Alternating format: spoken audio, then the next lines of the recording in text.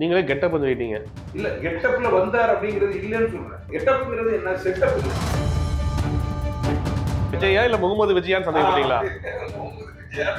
எல்லாரும் அவர் நோன்பு திறக்கும் பொழுது உண்மையான ஒரு நோம்பாளியை போன்று நோன்பு தொழுகணும்னு சொல்றதுக்கு நம்ம சொல்றதுக்கு முன்னாடியே அவர் கேட்கிறாரு உதவு செய்யணுமே அப்படிங்கிறாரு. கேட்டார் அவரு. ஆமா, நீங்க தளபதி ஸ்டாலின் உங்க வாயிலே பதிவு பண்ண வார்த்தையை நாங்க பார்த்துருக்கோம். இப்ப எப்படி விஜய் எப்படி தளபதி ஆனார் உங்களுக்கு? நீங்களும் பிகே மாதிரி பேசுறீங்க. இது வந்து அரசியல் கணிப்பு. வக்பு திருத்த சட்டம் அது வந்து இந்தியா முழு பெரிய எதிர்ப்புக்குள்ளாகப்பட்டிருக்கு. இது வரைக்கும் அதை பத்தி அறிக்கை உள்ள பத்தி பேசல. சமகாலத்தில் கூடிய பிரச்சனையை குரல் கொடுக்காதவர் வருங்காலம் எப்படி குரல் கொடுப்பாரு கேள்வி இருக்குல்ல.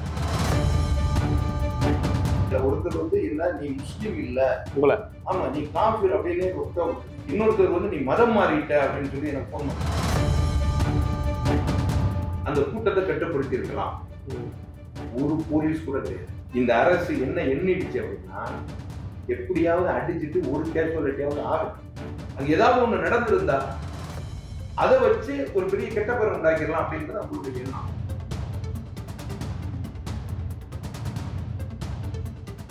ஜீ தமிழ் நியூஸ் செயலுக்கு அன்பு வணக்கங்கள். தாவேக தலைவர் விஜய் நடத்திய இஃப்தார் விருந்து ஒரு புறம் விமர்சனமும் மறுபுறம் ஆதரவும் வந்திருக்கிறது. அவரை முழுக்க கைட் செய்த ஜமியத்துல் உலமா இன்த்தினுடைய தமிழ்நாடு தலைவரும் புரசைவாக்க ஆயிஷா பள்ளியினுடைய தலைமை இமாமுமான மன்சூர் காசிம் இருந்திருக்கிறார். அவர் கேட்ப நிறைய கேள்விகள் இருக்கிறது. சார் வணக்கம் சார், நல்லா இருக்கீங்களா? இந்த 2 நாட்கள்ல உங்களை பத்தியான விவாதங்கள் சமூக பார்க்க முடிஞ்சது. தாவேக தலைவர் விஜய் வந்துட்டு அந்த இஃப்தார் வந்து கலந்துகிட்ட வந்து முழுக்க உங்களுடைய நீங்க கைட் பண்ணி தான் பல விஷயங்கள் செஞ்சாருன்னு சொல்றாங்க. அது எந்த விதத்துல உண்மையான விஷயம்? தாவேக தலைவர் விஜய் அவர்களுடைய இந்த இஃப்தார் விருந்து நிகழ்வு இந்த வருடம் இது ஏற்பாடு செய்யப்படணும் என்பதற்காக வேண்டி என்னை வந்து அணுகினாங்க. சரி, அதை நம்ம வழிகாட்டி சிறந்த முறையில் செஞ்சு கொடுப்போம் அப்படிங்கிறதுக்காக வேண்டி எல்லா விதமான திட்டங்களையும் நம்ம ஏற்படுத்தி அதற்கான முறைப்படியான ஒரு திட்டமிடலோடு இந்த நிகழ்ச்சி நடந்து முடிந்தது.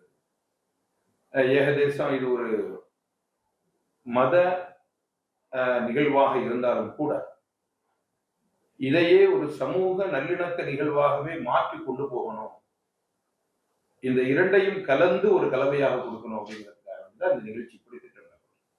அதுல பல விமர்சனங்கள் வைக்கப்படுது. இப்ப தாவேக தலைவர் விஜய் அங்க வந்தது பாத்தீங்கன்னா நடிகர் விஜய் மாதிரி வந்தாரு.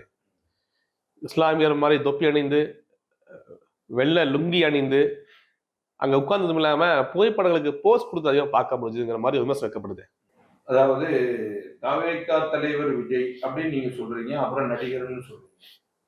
அவர் என்னைக்கோ நான் நடிக்கிறத விட்டுட்டு ஒரு கட்சியினுடைய தலைவராக மாறிவிட்டேன் அப்படிங்கிற முகத்தை இந்த தமிழகத்துக்கு காட்டிட்டார்.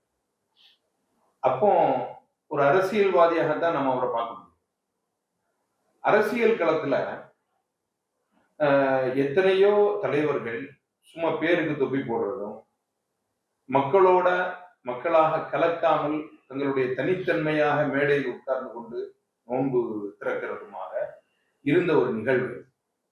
நான் மக்களுக்கானவன், முஸ்லிம்களோடு இனமான உணர்வோடு நான் இருக்கின்றேன் என்று காட்டக்கூடிய விதத்துல அவர் போட்டிருந்த அந்த தொப்பியும் அந்த சட்டையும் வேட்டியும் தவிர இன்னொன்னு இருந்துச்சு, தாடி இருந்துச்சு. அதை கூட நீங்க மறந்து இப்ப முழுமையா இஸ்லாமியனா மாறிட்டாங்க. இஸ்லாமியரை போன்றே அவர் இருந்ததுனால வடநாட்டு ஊடகங்கள் எப்படி செய்தியை பரப்பிட்டாங்க அப்படின்னா விஜய் முஸ்லீம் ஆகிவிட்டாருன்னு சொன்னாங்க.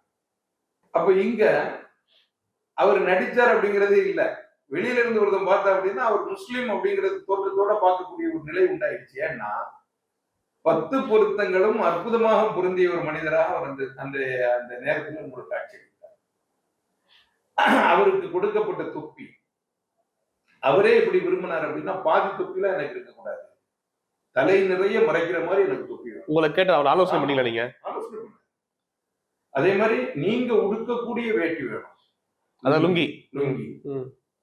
அந்த மாதிரியான ஒரு கெட்டப்ல தான் நாங்க வரணும்.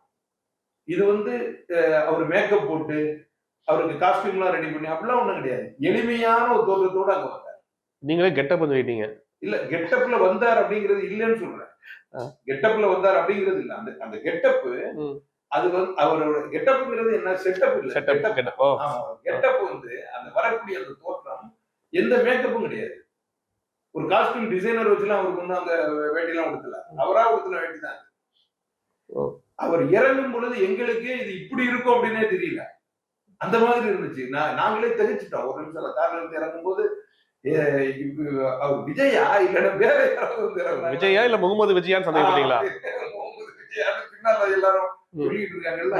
இந்த இந்த இந்த மாதிரி ஒரு அற்புதமா அந்த மனிதருக்கு பொருந்திருச்ச அப்படின்னு எங்களுக்கு ஆச்சரியமா இருந்துச்சு. இது எல்லாமே அவர் வந்து அவருக்கு அது பொருந்திருக்கு. அதுதானே தவிர அவர் அங்க நடிக்கணுங்கிறதுல நடிக்கிறவருக்கு எதுக்கு எல்லாரும் கூட வந்து உட்காரணும். அது நடிப்பாவே செஞ்சிட்டு போயிடலாம. சொல்லிக் கொடுக்கக்கூடிய எல்லாவற்றையும் அவர் சொன்னாரு. எல்லாமே சொன்னாரு. இதை விட இன்னும் ஒருபடி மேல போய் அவர் இன்னைக்கு நோன்பு இருந்தார். அவர் நோன்பு திறக்கும் பொழுது உண்மையான ஒரு நோம்பாளியை போன்று நோன்பு திறந்தார். நோன்பு இருந்து நோன்பு திறந்தார். தொழுகணும்னு சொல்றோம். தொழுகணும்னு சொல்றதுக்கு நம்ம சொல்றதுக்கு முன்னாடியே அவர் கேட்கிறாரு உதவு செய்யணுமே அப்படிங்கிறாரு. கேட்டார் அவரு. ஆமா. தொழுகிறதுக்கு முன்னாடி உதவு செய்யணுமான்னு கேட்டு போய் உதவு செஞ்சார். ஒழுங்கு அந்த வார்த்தை சொன்னார் அவரு. ஆமா. அப்ளூஷன். நான் இதை ஏற்கனவே நான் கத்து வச்சிருக்கிறேன் யூடியூப்ல அப்படின்னு. யூடியூப்ல நான் பார்த்து வச்சிருக்கிறேன். பழைய வச்சிருக்கேன். ஆமா. யூடியூப்ல பார்த்து வச்சிருக்கிறேன். எனக்கு பாத்ரூம் காட்டுங்கன்னு சொல்லி பாத்ரூம்ல போய் உதவு செஞ்சிருக்கிறேன். வந்ததுக்கு பிறகு திருக்குரான் அவர்கிட்ட கொடுத்தோம். திருக்குரான ஆழ்ந்த சிந்தனையோடு படிச்சார். குரான் இறங்கிய அந்த அற்புதமான ரமலான் மாதத்தினுடைய செய்திகளை குரான் எடுத்து கொடுக்கும் பொழுது அதை அப்படியே ஊன்றி கவனிச்சு படிச்சார். ஏறத்தாழ அரை மணி நேரம் இது நடந்துட்டு இருந்துச்சு. எங்க அதாவது நோன்பு திறப்பதற்கு முன்பாக? ஆமா, முன்பாக கிரீன் ரூம்ல. அந்த ரூம்ல என்னுடைய நண்பர்கள் கூடவே இருந்தாங்க. நான் பாதி வரைக்கும் இருந்து வெளியே வந்தேன். இங்க உள்ள நிகழ்ச்சியை பார்க்கணும்னு சொல்லி அரேஞ்ச்மெண்ட் எல்லாம் கரெக்டா இருக்கணும்னு சொல்லி நான் இங்க வந்தேன். அது வரைக்கும் அவரு கூட அங்க பேசிட்டு இருந்தாங்க. இஸ்லாத்தினுடைய செயல்பாடுகள், இஸ்லாமிய முறைகள் அனைத்தும் அவருக்கு தெரிஞ்சுக்கல. சொல்ல சொல்ல அப்படியே அப்சர்வ் பண்றாரு அவ்வளோத்தையும். அதுல எந்த ஒரு நடிப்போ ஒரு பொய்யான இதோ அதெல்லாம் ஒண்ணுமே இல்ல. இப்போ நீங்க ஒரு இதுக்கு முன்னாடி ஒரு மிகப்பெரிய ஒரு பள்ளிவாசல்ல ஒரு ஸ்தலத்துல ஒரு மிக முக்கிய அரசியல் பேசிய ஒரு இமாமா இருந்திருக்கீங்க. இப்ப கடந்த கால தமிழகத்துல ஒரு பல அரசியல் கட்சிகள் இந்த நோன்பு நிகழ்வை செய்திருக்காங்க. திராவிட கட்சிகள்ல இப்ப திமுக தான் சிறுபான்மையினுடைய பாதுகாவல என்று சொல்லக்கூடிய சூழல் பார்க்க முடியுது. அவங்களுக்கு ஒரு காலத்துல நீங்க தளபதி ஸ்டாலின் உங்க வாயிலே பதிவு பண்ண வார்த்தையை நான் பார்த்திருக்கோம். இப்ப எப்படி விஜய் எப்படி தளபதி ஆனார் உங்களுக்கு? இதுல என்ன நகைமுரண் அப்படின்னா, முதலமைச்சர் ஸ்டாலின் அவர்கள் கலந்து கொண்ட அந்த இஃப்தார் நிகழ்வுல நான் தளபதி ஸ்டாலின்னே சொல்றேன். அப்போம்லாம் என் மேல எந்த விமர்சனமும் வரல. ஆனா தளபதி விஜய்னு சொல்லும் பொழுது விமர்சனம் வைக்கிறாங்க. ஏன் அப்படின்னா, முஸ்லிமாக பிறக்கக்கூடியவர்கள் திமுக கொடியை போத்திக்கிட்டு தான் பிறக்கணும்னு நினைக்கிறாங்க. அப்படி இல்லை. அரசியல் ஓட்டம் எங்கு போகின்றதோ அதற்கு தோதுவாக சமூகமும் போக வேண்டிய கட்டாயத்தில் இருக்கு. இப்ப திமுக இஸ்லாமிய குரல் கொடுக்கலங்கிறீங்களா? திமுக இஸ்லாமியர்களுக்காக வேண்டி குரல் கொடுக்குது. ஆனால் திமுகவுக்காக வேண்டி இஸ்லாமியர்கள் குரல் கொடுக்கின்றார்கள். அதுல 10% கூட குரல் கொடுக்கல திமுக. ஆமா, திமுகவுக்காக வேண்டி முழு இஸ்லாமிய சமூகமும் ஓட்டு போட்டு இவங்க எத்தனை அமைச்சர்களை பந்தாடினார்கள்? இது நியாயமா? இது எத்தனை மஸ்ஜிதுகளை இடிக்கிறதுக்காக வேண்டி நோட்டீஸ் அனுப்பினாங்க இந்த 5 ஆண்டு காலத்துல. இப்ப திமுகவின் மீது அதிருப்தி விஜய்க்கு நீங்க ஆதரவா பண்ணிருக்கலாமா? அதிருப்தினால போகிறது அப்படிங்கிறது கிடையாது. நான் ஏதோ விஜய்க்கு சேர்ந்துட்ட மாதிரி நீங்க பேசிட்டு வருவீங்க. நீங்க அப்படிதானே போர்ட்ரேட் பண்ணப்படுது. இல்லையே, நான் ஒரு இஃப்தார் நிகழ்வு நடத்தி கொடுத்திருக்கிறேன், அவ்வளவுதான். அது அவங்களே என்ன செய்றாங்கன்னா என்ன விஜய் கட்சியில சேர்க்கிறாங்க. இல்ல, இஃப்தார் நிகழ்த்தி தரக்கூடிய இமாமு 2 வாட்டி அந்த வார்த்தையை பதிவு பண்றாப்ல. எந்த வார்த்தையை? பிரஸ் மீட் பண்றதுக்கு முன்னாடி தளபதினாப்ல. நீங்க சாதாரணமா பதிவு பண்றதுக்கும் நீங்க பிரார்த்தனையில தளபதி விஜய் அவர்கள் சொல்றதுக்கும் வித்தியாசம் இருக்குல்ல? சரி, இது ரொம்ப நல்ல கேள்வி. அதாவது அவர் ஒரு அரசியல் கட்சி தலைவர். அரசியலே அரசியலாகத்தான் பார்க்க வேண்டும். அரசியலே அரசியலோடு தான் மோத வேண்டும். தளபதியா தளபதியா எங்க மக்களுடைய மனதில் தளபதின்னு ஆகுது அந்த வார்த்தையை தான் பயன்படுத்தும். மு.க. ஸ்டாலின் தளபதி இல்ல அப்பான்னு சொல்லிட்டாங்க. அப்ப இனிமேல் தளபதி இல்லையே, அப்ப தளபதிக்கு ஒரு ஆள் வேணும்ல. ஒண்ணு. ரெண்டாவது, வந்திருக்கக்கூடியவர்கள் எல்லோரும் அவர்களுடைய மாபெரும் ரசிகர். அது ஒரு பெரும் மாஸ். அங்க தளபதின்னு நீங்க சொன்னாதான் அவங்களுக்கு வைப்ரேஷனே ஆகும். அவங்கள கொண்டு வந்துட்டு அல்லாவையும் ரசூலையும் நீங்க இந்த மாதிரி பின்பற்றுங்க அப்படின்லாம் ரொம்ப நம்ம சொல்லிக்கிட்டு இருந்தோம்னா அவங்க வந்ததுக்கே நம்ம எந்த ஒரு கண்ணியமுமே செய்ய முடியாத மாதிரி. நான் அது சொல்லக்கூடாதுன்னு சொல்லல, அதுவே சொல்லிக்கிட்டு இருக்க முடியாது. அப்ப தளபதிங்கிற இந்த ஒற்றை வார்த்தையில் துள்ளி எழும்பக்கூடிய அந்த மக்களை நீங்க எப்படி வைப்ரேஷன் பண்ணணுமோ அது உங்களுக்கு தெரிஞ்சிருக்கணும். அது தெரியாம வெளியில நின்றுக்கிட்டு ஏன் சும்மா தளபதின்னு சொன்னாதானே அவன் எல்லாரும் தூண்டப்படுகிறான். அவனுக்கு வந்து அதுலதானே சக்தியே வருது. சொல்லிதான் இல்ல, இந்த சூட்சமத்தை மேடை பேச்சுகளை காட்டுறது ஒன்று இருக்கு. ஆனால் இறைவனுக்காக பிரார்த்தனை பண்ணக்கூடிய துவாக்கள்ல இந்த சூட்சமம் வேணுமா? நேரடியா கடவுளுக்கும் உங்களுக்கான விஷயம் தான் துவாக்கள். நீங்க பல மேடைகள்ல உங்களை குருமாக சொல்றது பார்க்க முடியுது. அப்படி இருக்கும்போது தளபதி விஜய் அவர்கள்னு நீங்க அந்த துவால சொல்லக்கூடிய தேவை இருக்கா? ஏன்னா கடந்த கால வரலாறுல பார்க்கும்போது தளபதினா ஒரு போருக்கு போற தளபதினு நீங்க உங்க குரான்ல மென்ஷன் பண்ணி பார்த்துருக்கு பேசிருக்கீங்க. அப்படி இருக்கும்போது அப்படிப்பட்ட தளபதியா நீங்க பாக்குறீங்களா? ஒரு கேள்வி இருக்குல்ல, அதான் விமர்சனம் முன்னுக்குறாங்க. அதாவது போருக்கான தளபதியா, எனக்கு வழிகாட்டியா, இதுவே இங்க பேச்சே கிடையாது. அவருக்கான ஒரு அடைமொழி தளபதி. முத்தமிழறிஞர் அப்படின்னா கலைஞர்னு சொல்றோம், புரட்சி தலைவர் அப்படின்னா எம்ஜிஆர்னு சொல்றோம். புரட்சி தலைவர் ரசூலுல்லாஹ் இல்லையா? ஏன் அங்கே அந்த கேள்வி வரல? புரட்சி தலைவர் ரசூலுல்லாஹ் தான் புரட்சி செஞ்சவங்க. அதை விட ஒரு தலைவர் வேணுமா? ஏங்க ஒரு ஆணின் போய் புரட்சி தலைவர் எப்படிங்க பேசலாம்? பொன்மன செம்மல் எல்லாத்தையும் எல்லா பேரையும் ரசூலுல்லாஹ்வோட இன்னொரு ஆளுக்கு நம்ம கொடுக்கவே முடியாது. அப்படி பார்க்கவே இல்லையா? ரசூலுல்லாஹ்வினுடைய ரேஞ்சுக்கு யாரையுமே நமக்கு இறக்கி வைக்க முடியாது. அப்படி பார்க்கல. புரட்சி தலைவர்னு சொல்றது மக்கள் வாயிலிருந்து வருவது, மக்களாக கொடுக்கக்கூடிய ஒரு பட்டம். அதே மாதிரி தளபதி ஸ்டாலின் சொல்லிட்டு இருந்தாங்க, தளபதிங்கிறது கொடுத்தது, மக்களாக கொடுத்தது. புரட்சி தலைவின்னு சொன்னாங்க. புரட்சி தலைவின்னு சொன்னதுனால நம்ம முன்னால் உள்ள எல்லா சஹாபியா பெண்மணிகளையும் நபிமார்களுடைய பிள்ளைகளையும் நம்ம மறுத்துட்டு நடத்தணும் அப்படி கிடையாது. ஏன்? இது ஒரு தவறான சிந்தனையின் வெளிப்பாடு. மக்கள் அந்த பேரை வச்சிருக்கிறாங்க. அந்த பேரை தான் நீங்களும் பேச முடியும். அந்த பேர் இல்லாம வேற என்ன பேரை பேசுறது? அதனால அந்த பேரை சொன்னாங்க. இல்ல, இது வரைக்கும் களத்துக்கு வரல, படங்கள்ல மட்டுமே நடிச்சிருந்தவர் திடீர்னு அரசியலுக்கு வர சொல்றாப்புல. திடீர்னு சீசனுக்கு ஏத்த மாதிரி இப்போ ரம்ஜான் மாதம் வந்து ரம்ஜான் மாதத்துல தன்னை இந்த இஃப்தார்ல கலந்துக்கிட்டாப்புல. இவரை நம்பி ஒரு மிக முக்கிய இமாம் எப்படி அங்க போலாம்? அப்போ ஒரு சமூகத்துல இவர் பின்தொடர வந்துட்டு அது தப்பான வழிகாட்டி அவருக்கான வழியா இருக்கும்ல, அப்படி மாதிரி கருத்தை பதிவு பண்றாங்க. அவர் இப்ப தான் அரசியலுக்கு வந்திருக்கிறாரு. நீங்களே சொன்னது, அவர் இப்ப தான் அரசியலுக்கு வந்திருக்கிறாரு. ஓராண்டு அவர் இன்னும் ஒன்றும் செய்யல. அப்படிங்கும்போது அவர் தப்பான இடத்துக்கு போவாரு நீங்களே எப்படி நினைக்கிறீங்க? அவரை சரியான இடத்துக்கு கொண்டு போக வேண்டியது நம்ம கடமை இல்லையா? அவர் அப்படி விட்டுறலாமா?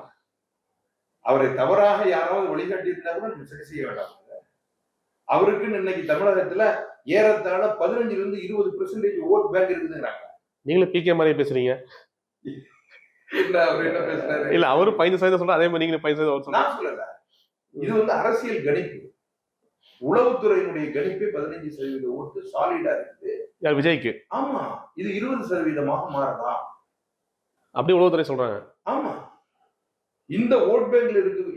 இவ்வளவு தூரம் அவருக்கு வந்து ஒரு மாஸ் இறங்குறதுக்கு முன்னாடியே இருக்கு.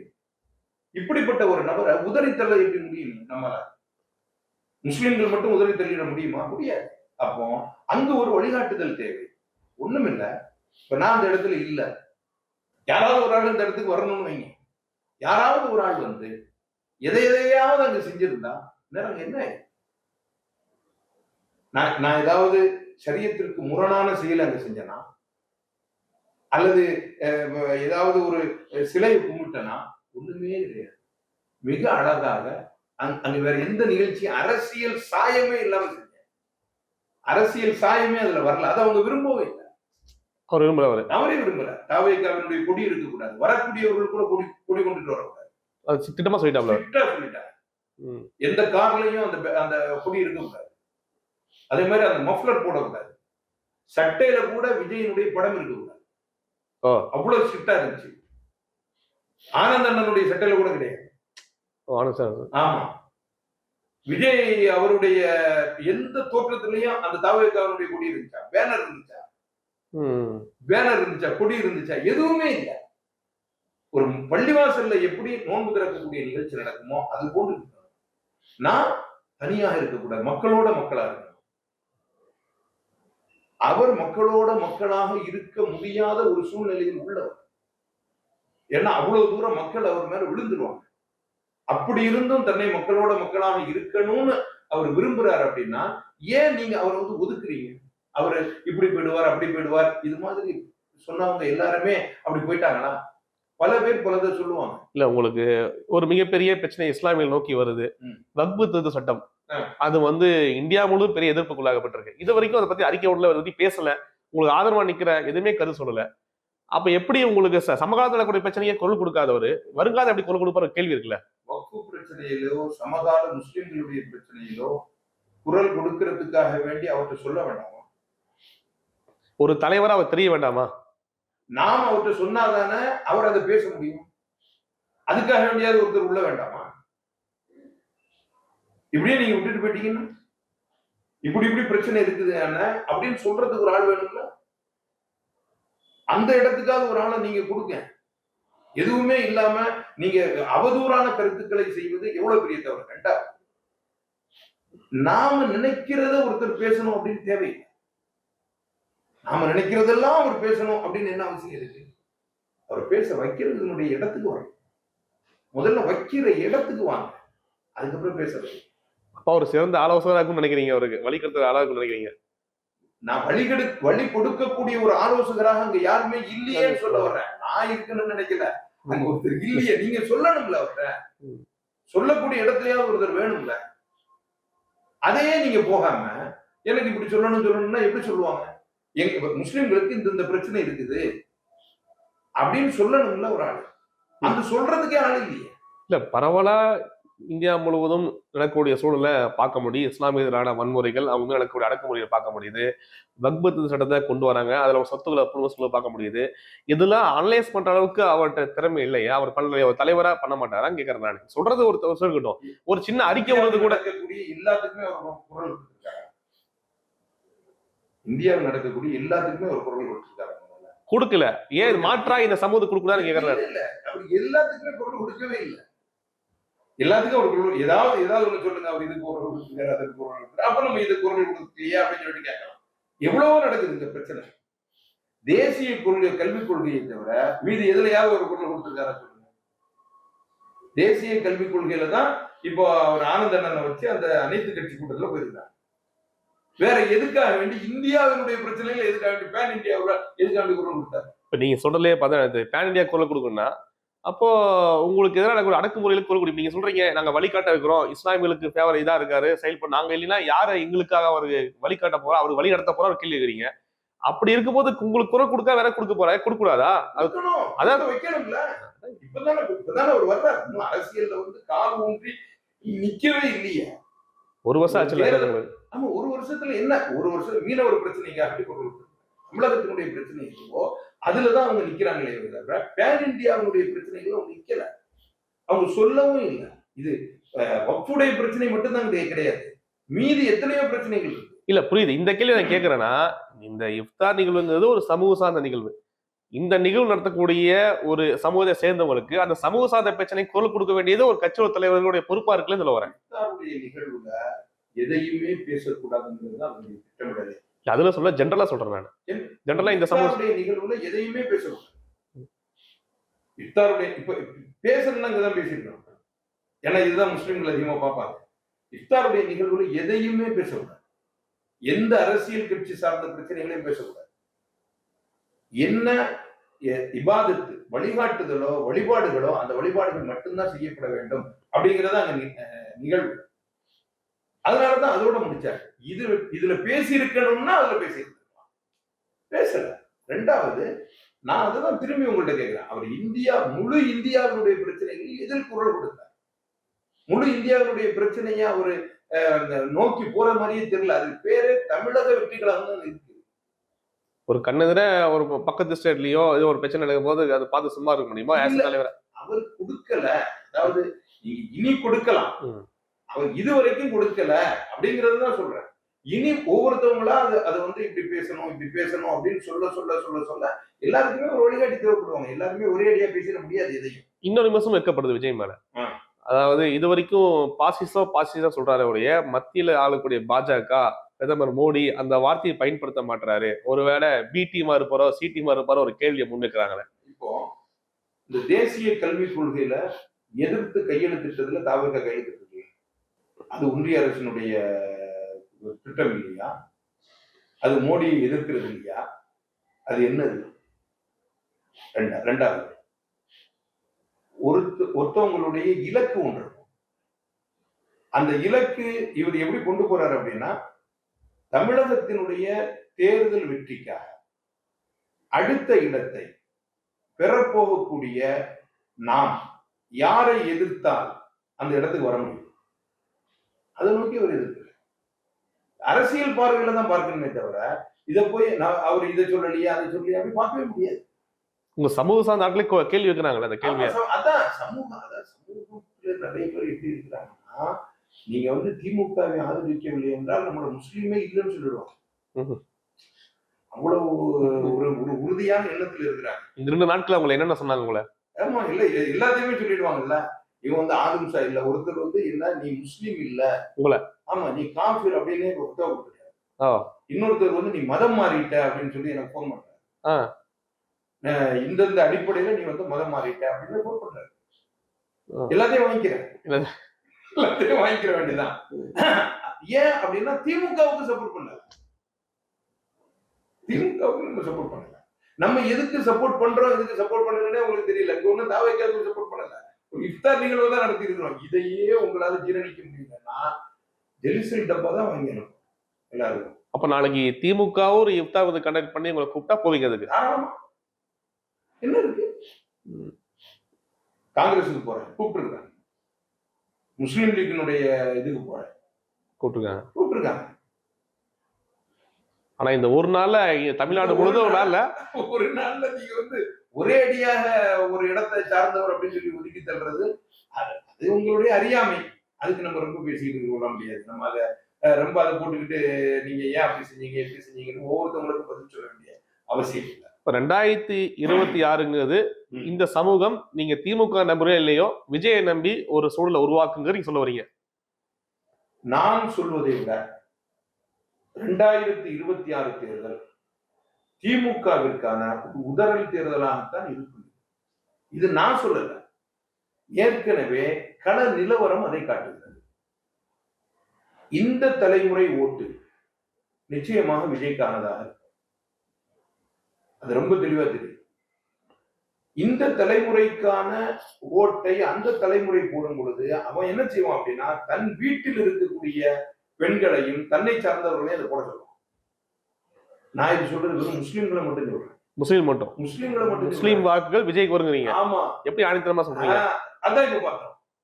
எப்படி 3000 பேரை கூப்பிட்டு 3000 இன்விடேஷன். அதுக்கு முதல் நாள் 5 மணிக்கு தான் வெளியாகுது இன்விடேஷனே. அதுல வந்தா எல்லாரும் முஸ்லீம் தானா? எல்லாம் முஸ்லீம் தான். கேளுங்க, 5 மணிக்கு தான் முதல்ல வெளியாகுது. அந்த 5 மணிக்கு வெளியானதுல இருந்து அடுத்த 3 மணி நேரத்துல எல்லா இன்விடேஷனும் பிறந்துருச்சு. இன்விடேஷன் நம்ம கையில இல்ல. சரி, 3000 பேர் வருவாங்க, 2500 இன்விடேஷன், 3000 பேர் வருவாங்க, எல்லாம் ரெடி பண்ணி வைப்போம் சார். 10,000 பேர். 10,000 பேரா? ஆமா, 5000 பேர் முஸ்லீம், மீதி 5000 பேர் முஸ்லீம்கள் இல்ல.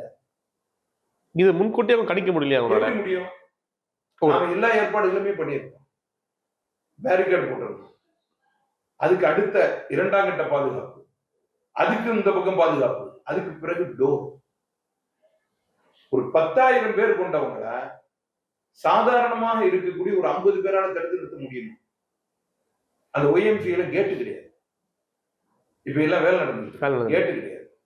அவன் பேரிகேடை தள்ளுறான், பேரிகேடுக்கு மேல ஏறுறான், போட்டுக்கிற கேட்டை உடைக்கிறான், மண்டபத்தையும் பிச்சு எரிஞ்சிடறான். இப்ப வந்தது ரசிகர் தான் பாத்தீங்க. மண்டபத்தையும் பிச்சு எரிஞ்சிடறான், கூட்டம் சொல்றேன். கூட்டம் மண்டபத்தையே பிரிச்சிருது. ம். இப்போ வந்து திறந்த வழியா போகுது. எதை நம்ம மூடி வச்சிருந்தோமோ அது மூடப்படாததா இருக்குது. இல்ல.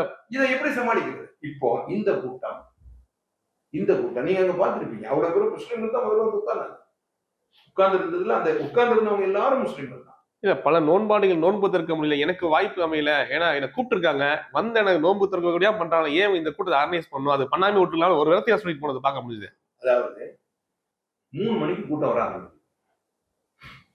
2 மணில தான் உட்காந்துருக்காங்க. 2 மணில உட்காந்துட்டாங்க. 3 மணிக்கு அது தள்ள ஆரம்பிச்சிருச்சு. 3 மணிக்கு 5 மணிக்கு ஓபன் பண்ணியாச்சு. ஃபுல்லா ஆயிடுச்சு. நீங்க எதை வச்சிருந்தா என்ன வச்சிருக்காங்க, என்ன உள்ள இடமே இல்லை. இல்ல, நீங்க எங்களை கூப்பிட்டாங்க, நாங்க வர முடியல, என்ன செய்யறது? நீங்க முதல்ல வந்திருக்கணும். நீங்க முதல்ல வந்திருந்தீங்கன்னா உள்ள வந்திருந்திருக்கலாம். அதுக்கேற்ற மாதிரி ஏற்பாடு நீங்க பண்ணிருக்கலாம்ங்கிறாங்க. எங்க மெரினா பீச்ல பண்றதா? ஏன் நீங்க ஒரு கூட்டத்தை விஜய்க்கு ஒரு வரக்கூடிய கூட்டம் ஒன்று இருக்கு, உண்மையா இஸ்லாமிய சமூகம் சேர்ந்த ஒரு கூட்டம் இருக்குது, இதை வந்து இந்த இடத்துல பண்ணா இதுக்கான ஃபுல்ஃபில் ஆகுமா, அப்ப கூட்டம் அதிகமாகும், சரி வெளியில் நிக்கிறவங்களுக்கு அவங்களுக்கான உணவு ஏற்பாடு என்ன பண்ணலாம், அப்படி யோசிச்சிருக்கலாம்ல. ஏன்னா உள்ள உட்காந்துட்டீங்க. YMCA கிரவுண்டை விட ஹார்ட் ஆஃப் சிட்டில பெரிய கிரவுண்ட் ஒண்ணு நீங்க சொல்லுங்க. நந்தனம் YMCA பண்ணிருக்கலாம். நீங்க அங்க நந்தனம் YMCA கொடுக்க மாட்டேன். நந்தனம் YMCA கொடுக்க மாட்டேன். மொத்தம் 7 இடங்கள் மறுக்கப்பட்டது. முதல்ல 7 இடங்கள் இவருக்கு கொடுக்க கூடாதுன்னு மறுக்கப்பட்டது. அந்த அரசினுடைய திமுக அரசினுடைய இது சொல்றீங்க. இரண்டாவது, அந்த கூட்டத்தை கட்டுப்படுத்தி இருக்கலாம். ஒரு போலீஸ் கூட கிடையாது. இந்த அரசு என்ன எண்ணிடுச்சு அப்படின்னா, எப்படியாவது அடிச்சுட்டு ஒரு கேஷுவாலிட்டியாவது ஆகும்.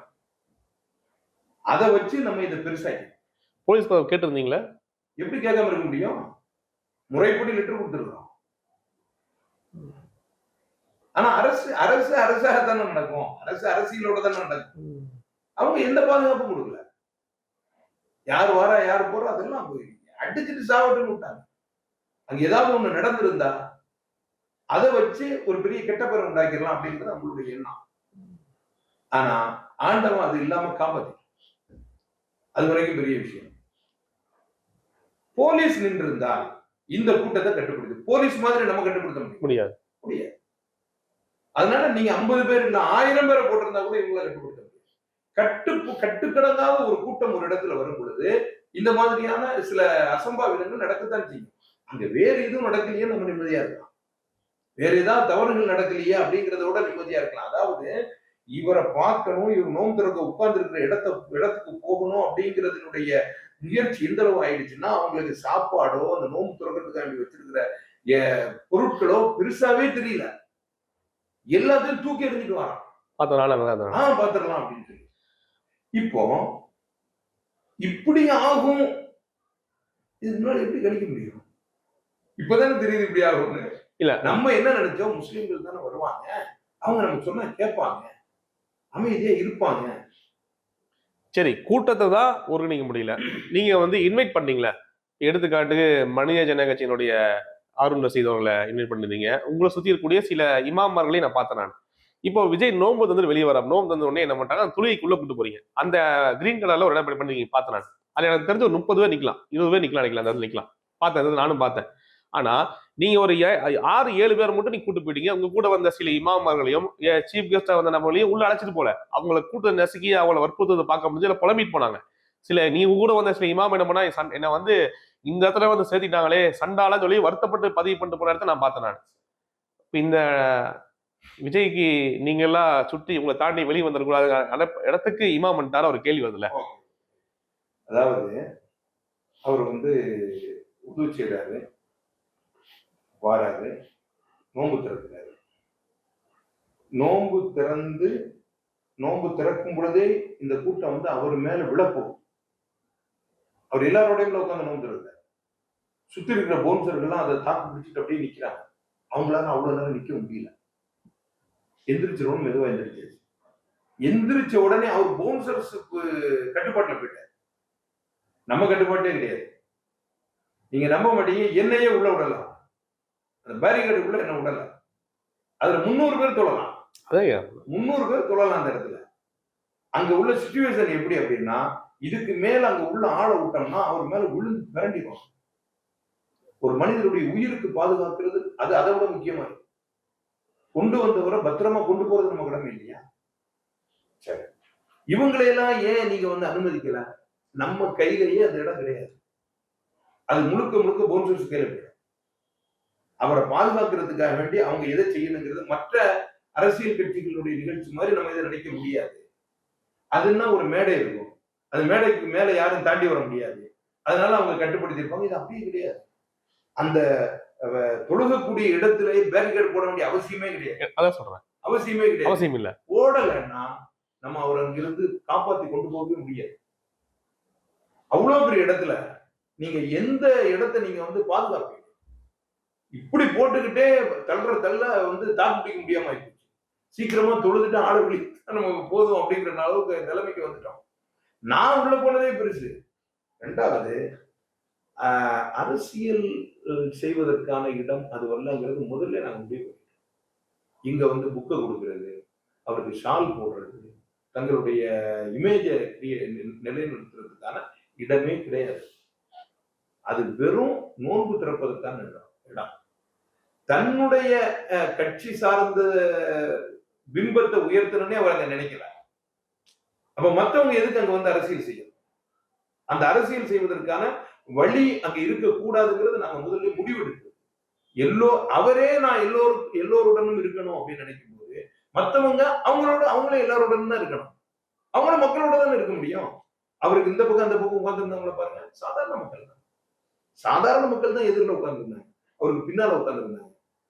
இவங்க சில பேர் வந்து நாங்க அவங்களோட நின்று போட்டோ எடுக்கணுங்கிற அந்த அது என்ன, அது போபியா, அது ஒரு இதா இருக்குல்ல, அந்த போபியால இருக்கக்கூடியவங்களுக்கு இது ஒரு அதிர்ச்சியா தான் இருக்கும்.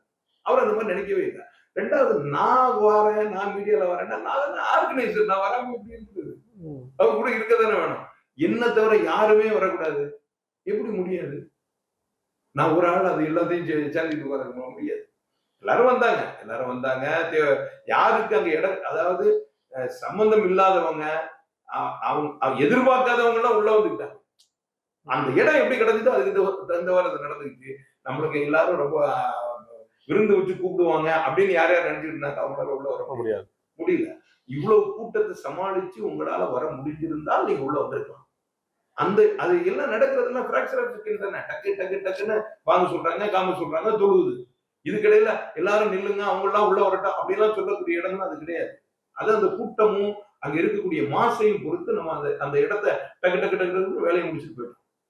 மொத்தமே நடந்த நிகழ்வினுடைய மொத்த இதே 6:10 அவர் உள்ள வராரு. 6:15 நான் வந்து துவாவை முடிக்கிறேன். தொழுகையினுடைய அந்த நோன்பினுடைய ஒழுக்கங்களை சொல்றேன். 6:20 நோன்பு திறக்கிறோம். 6:30 பாங்கு சொல்லப்படுது. 6:35 தொழுகை முடியுது. 6:37 வெளிப்பட்டு 3/4 மணி நேரமாவது நம்மளுடைய அவர் வந்து இருந்திருக்கணும். அதுக்கு மக்களுடைய அந்த ஆர்வமும் மக்களுடைய கூட்ட தள்ளலும் அங்க இருக்க முடியாத ஒரு சூழ்நிலையை உருவாக்கும். பட் அவர் பிளான் வந்து இருக்கிறது ஐடியா வந்தார். இருக்கிறது மட்டும் ஐடியா கிடையாது. அவர் இருந்து எல்லாரும் ஒழுங்கா உட்கார்ந்து இருந்தாங்க அப்படின்னா அவருடைய கையாலேயே எல்லாருக்கும் கிட்டு கொடுத்தது. அதான் பிளான். ஆமா, அவ்வளவு கிட்டு ரெடி பண்ணி வச்சிருந்துச்சு சார். உணவு கிட்டு அவர் வந்து சாப்பாட்டுக்கு இது பண்ணும்போது அவங்க சொல்றாரு, ஒருத்தருக்கான பிரியாணி கிட்டு ரெடி பண்றோம், அந்த குடும்பத்துக்கு தேவையான உணவு கொடுங்க. அவர் சொன்ன விஜய் அவர் சொல்றாரு. 3 பேர் இருப்பாங்கல்ல, ஆதவர்ஜன் சார் சொல்றாரு, அந்த குடும்பம் அங்க போய் சாப்பிடணும். அந்த மாதிரி நீங்க கிட்டு கொடுங்க, ஃபுல்லா கொடுங்க, எல்லாரும் குடும்பத்தோட போய் சாப்பிட்டு அவங்க மட்டும் சாப்பிட்டாங்க. குடும்பத்துக்கு கிட்டு கொண்டு வச்சிருந்தாரு. அவங்க எல்லாரும் உட்கார்ந்து இருந்தாங்கன்னா எல்லாருக்குமே பிளாஷ் கிடைச்சிருக்கு. பிளாஷ் கிடைச்சிருக்கு எல்லாரும். ஓகே, அந்த பிளாஷ் ஓகே புரியுது. ஒரு விளம்பரம் நம்மளே அது எடுத்துக்கிட்டா நம்ம என்ன பண்றது?